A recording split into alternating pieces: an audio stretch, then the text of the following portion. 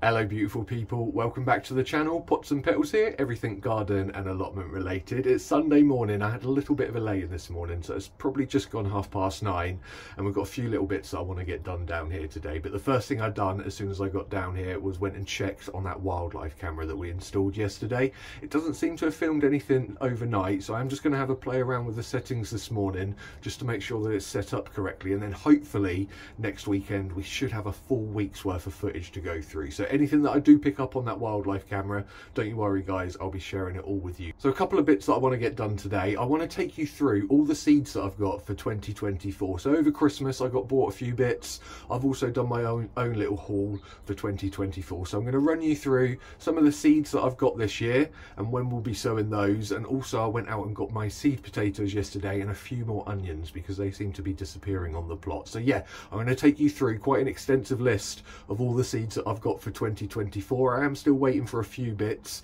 to come in, such as some squash seeds, and also I do need to order some of the asparagus crowns, so they're still to come, but I've got a hell of a big box to take you through. So we'll run through that in just a moment, and then towards the end of the day I do want to build that other raised bed using some of the metal cladding that we used to do the back of my shed just a couple of weekends ago. So I've got 4 sheets of that left, and that should make a perfect raised bed just underneath the pear tree. So that is the last job that I want to get ticked off today, and as always there's always going to be some other little bits and bobs along the way. So I'm just going to have a quick cup of coffee and then I'll go and get the box out of the car and we can start running through the seeds of 2024.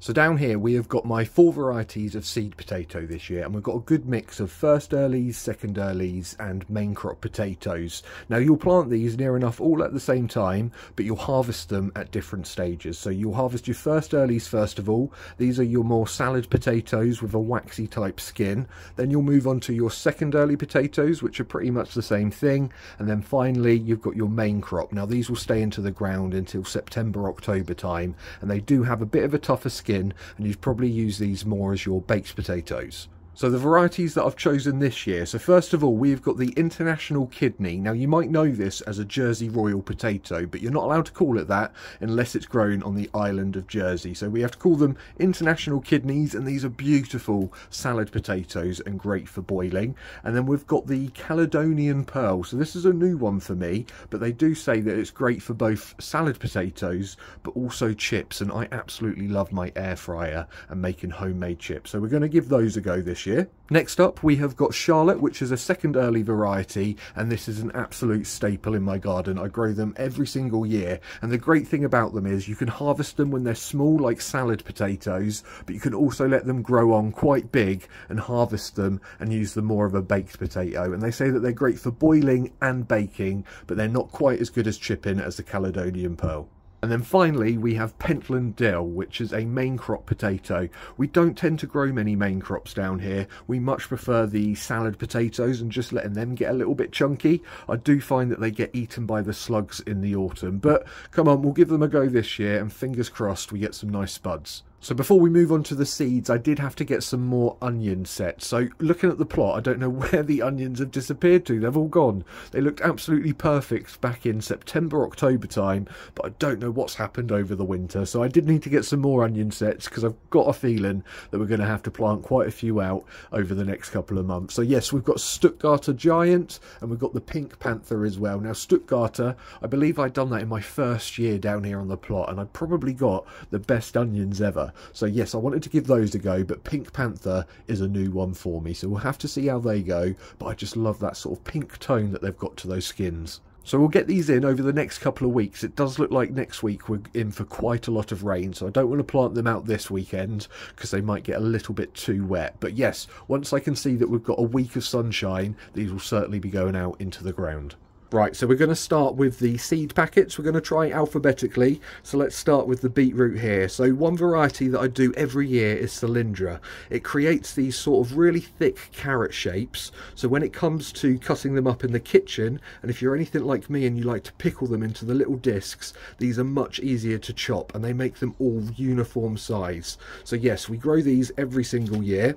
And then two other staples that we grow yearly are the Detroit 2 and the Bolt Hardy. And these these are just your standard sort of globe shape beetroot.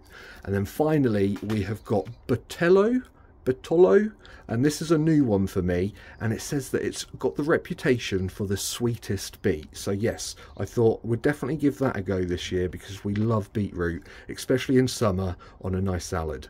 Next up, we have got the tender stem broccoli. So last year I didn't grow any brassicas and I really did miss them, especially when it came to the Christmas dinner. So we're going to give these a go this year. We haven't got to sow them until March, but I absolutely love a tender stem broccoli. So fingers crossed it's going to be a brassica year 2024. Talking of brassicas, we've got another one here. So this is Brussels sprout Igor. I really did miss these on our Christmas dinner last year. So we're going to have to build a brassica cage just to stop the butterflies from getting to them, but that's something that we can do over the next couple of months.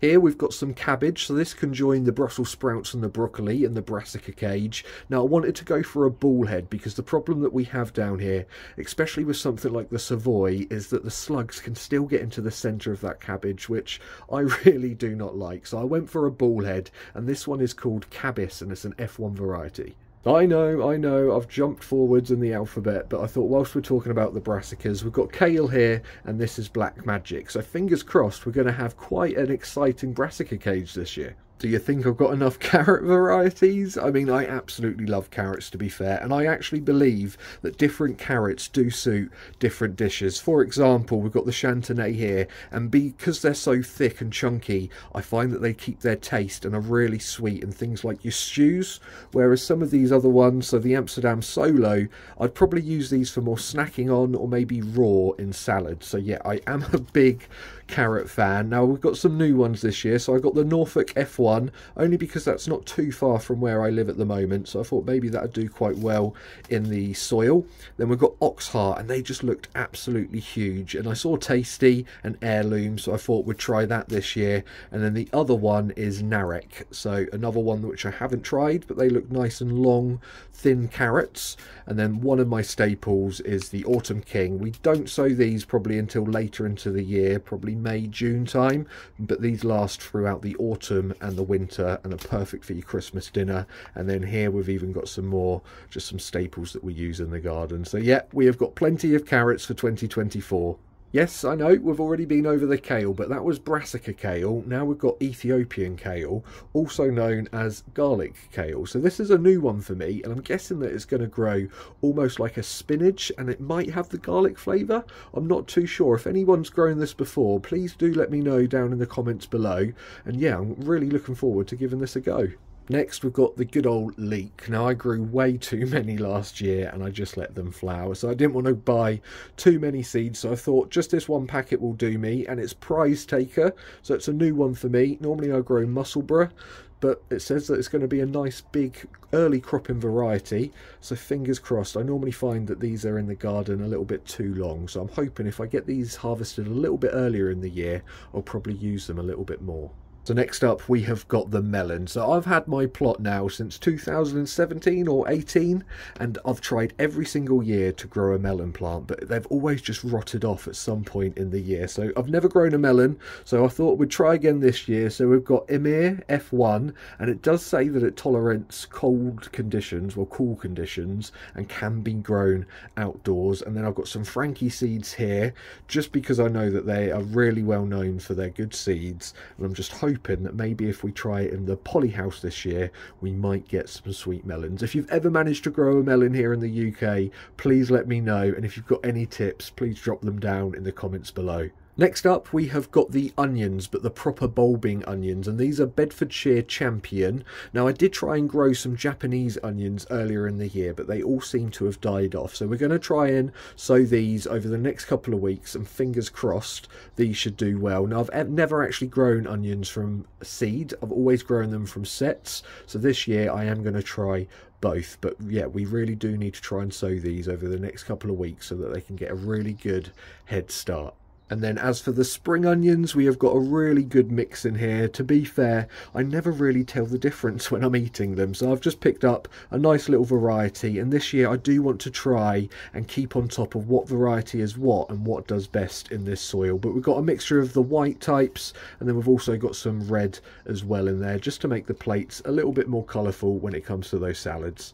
After O comes P, so here are my peas. So I've gone for quite a lot of early varieties because I find that they don't do too well in the summer down here. It gets a little bit too hot. So we've got Little Marvel here, we have got Oscar, and we've also got another one of Oscar, so we should have plenty of peas. We have got the parsnip, so these are two new varieties for me. So I've got Student and Albion. Normally I grow, is it Tender and True and Hollow Crown, but I find that they do get rather big, and I much prefer the smaller parsnips because they're a lot more tender and you haven't got to worry about the core in the middle. So I thought we'd give these a go. I mean, I still have got loads of parsnips to dig up from this year, but yeah, these won't be planted out until April time, but yeah, you've got to have some parsnips to see you through the winter.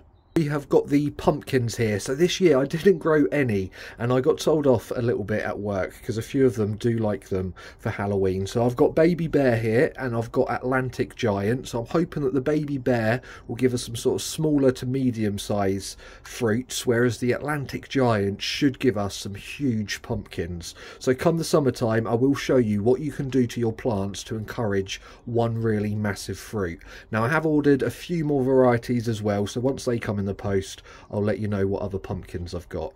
Next up, we've got Peter Rabbit's favourite. We've got some radishes here. Now, I've got plenty of more seed packets. I think I've got some purple ones, all sorts back at home. But these are just a couple of new ones that I've got. So I've got a salad mixed, and then I've got Rudy, which is that beautiful bright red radish there. Now, they all taste the same. Some of them can be a little bit more spicy than the other, but these are perfect on a salad. But you can also saute them down with a little bit of oil and salt, and they're also beautiful on a bit of toast.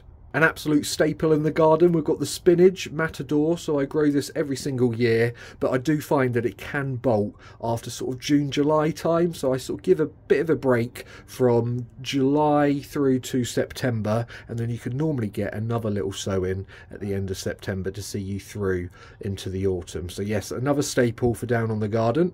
Here we've got two varieties of squash. I have got a few more on order, so when they do get delivered, I will show you those ones. But we've got Honey Bear, that is a new one for me. I have done Honey Boat in the past, and that was a really sweet variety, so I'm hoping it's going to be quite similar. And then we've got the Uchiki Curry, which is a Japanese variety, and that does amazing every single year. We normally get sort of 3 or 4 off each plant, if not even more. And these are quite small varieties, so they're perfect if there's just a couple of you in the household. So yeah, I will keep you updated with the varieties in the post as soon as they get here. It just wouldn't feel like summer if we didn't have sweet corn down on the plot. So we've got Prelude F1. It says that it's a super sweet variety. It's the first time I've grown it, but I do tend to change them up every single year. But they do really well down here on the plot as long as we give them a really nice sunny spot.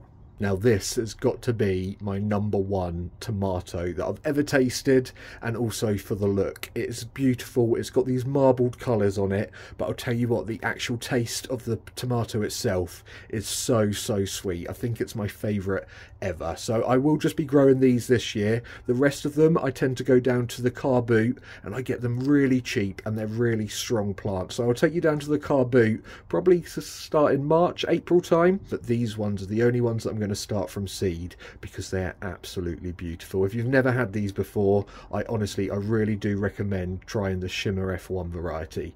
Now just remember that if you do grow these, you won't be able to save the seeds because they are F1, so you will need a new packet every year, and they're absolutely gorgeous. So they are the fruit and vegetable seeds for 2024, and here we have got an array of all the flowers that I want to grow this year. So let me take you through some of these. First of all, we've got Amaranthus, also known as Love Lies Bleeding, and it's a beautiful half-hardy annual plant. I do find that they look rather exotic, and you can also eat the grains or the seeds that come out of here. Now you can buy certain seeds which, you know, will produce better grains for you to eat, whereas this one is grown more for the decorative flower that you get. I have grown them before in the past, and I'll tell you what, they are actually quite easy to grow. So we'll be getting a few of these in the ground over the next month or so. The seeds are absolutely teeny tiny, but when it does come to sowing any of these flowers, I will bring you along. Next up, we've got the Californian poppy. Now, I had a few of these when I first took on my plot, and I don't know where they've disappeared to because they do self-seed all over the place like crazy. It was the bright orange ones that I had, so I'm hoping to get something similar down here on the plot, and they should just self-seed all over the place. They are a hardy annual, so they should just come back year after year. One of my favourite summer plants here, we've got the Cosmos. So this is a semi-double bloom. I didn't go for the full double just because it makes it a little bit harder for those pollinators to access the pollen. Now I'm sure I'll be getting quite a few more seeds because, like I say, they're my favourite, but we didn't get any bloom until sort of October, I think, last year. So yeah, I need to get these sown a lot earlier so that we can have the beautiful floating heads down in the flower garden. Now, if you remember, back in autumn time of 2023, we did sow some peony poppies, but they didn't come to anything, and they're meant to be hardy annuals, so the cold shouldn't really bother them. But I am going to try and sow another load of these come March time, and fingers crossed we will get them, because just look at those fuzzy little heads. Now, I don't think that the pollinators are really going to be able to get to the pollen in these until they start to go over, but don't worry, I have plenty down here on the garden that the pollinators can get to. Another one of my absolute favourite summer flowers is the sunflower. I love the heights that you can get and all the different colours as well, from the yellows to the burnt oranges and reds to the pinks and the purples. So this is infrared. I think we're going to get all sorts of different types and colours in here, and I'm sure I'll be definitely picking up some more seeds because I absolutely love the sunflower. I think I did order some the other day, so as soon as they come in the post as well, I'll show you. So yeah, I've got a couple of beds that I'm planning on just putting all over to sunflowers this year. Finally, we have got some zinnias. So I think it was a couple of years ago I sowed a load of zinnias and they done amazingly. They got to about a foot tall and they're so vibrant and colourful down here in the flower garden. Now, I think that year we had a really dry, hot summer, and since then we've had quite wet summers. So fingers crossed we'll get a dry, really scorcher this year, and these should do quite well. So there we have it, guys. That is the seed collection for 2024. Like I say, I've got a few more to come in the post, and once they arrive I will take you through those, but it looks like we've got a very busy 2024.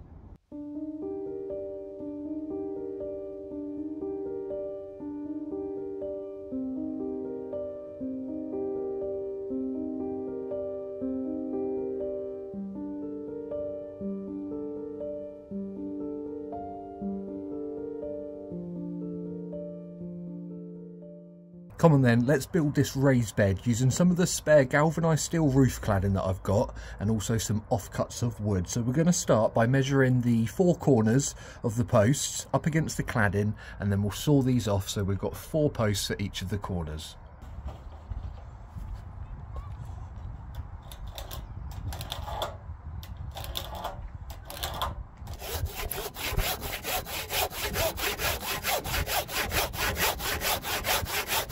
So now that we've measured and chopped up this wood, we can now attach the side panels to the post. So I'm going to use 4 screws on each of these ends, but first I'm just going to make some pilot holes just to help with screwing in those screws and making it a little bit easier for me. So we'll attach this panel to these 2 posts and then we'll do the other one as well.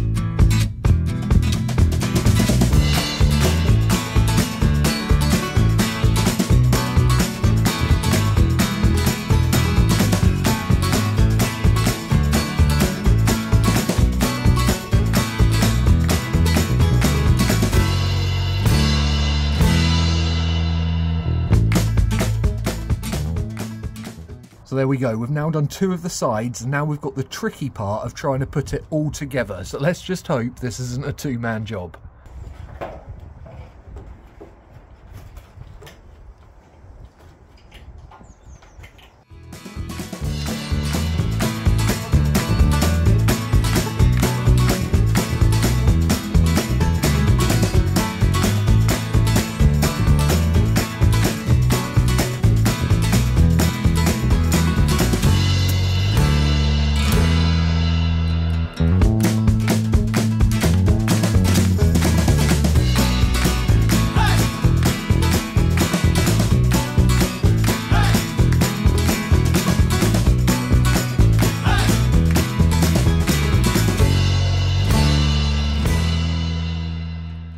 There we have it, guys. That is the final raised bed. I think that this bed fills the space a lot better than the corrugated smaller one that we've got, so I will need to find a little home for that in just a moment. But yeah, we'll probably fill this up next weekend, and we need to have a think about what we're going to sow in here for over spring and summer.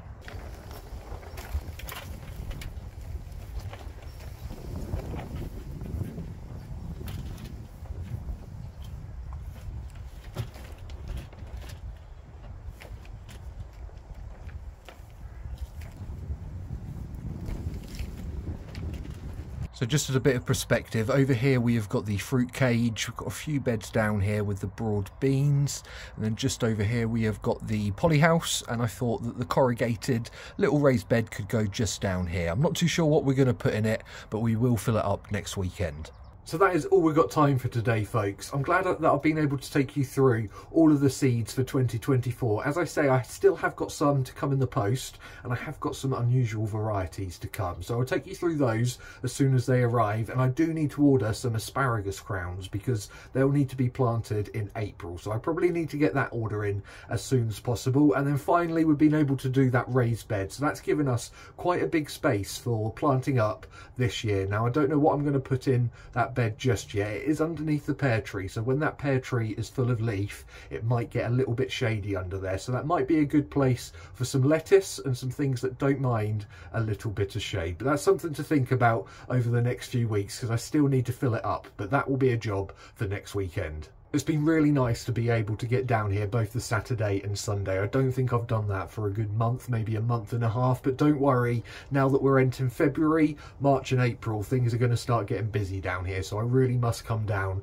both the Saturday and Sunday. It's just been the weather, a series of unfortunate events that means that I just haven't been able to get down here. But don't worry, everything will be back to normal pretty soon. So I hope you've had a beautiful week wherever you are in the world, and I hope that next week is even better. Now, in the meantime, don't forget to subscribe, like, comment, all of that good stuff, and I'll see you all very soon for another adventure down on the plot. So take care, guys, and I'll see you later. Bye bye. What's up? You want some food?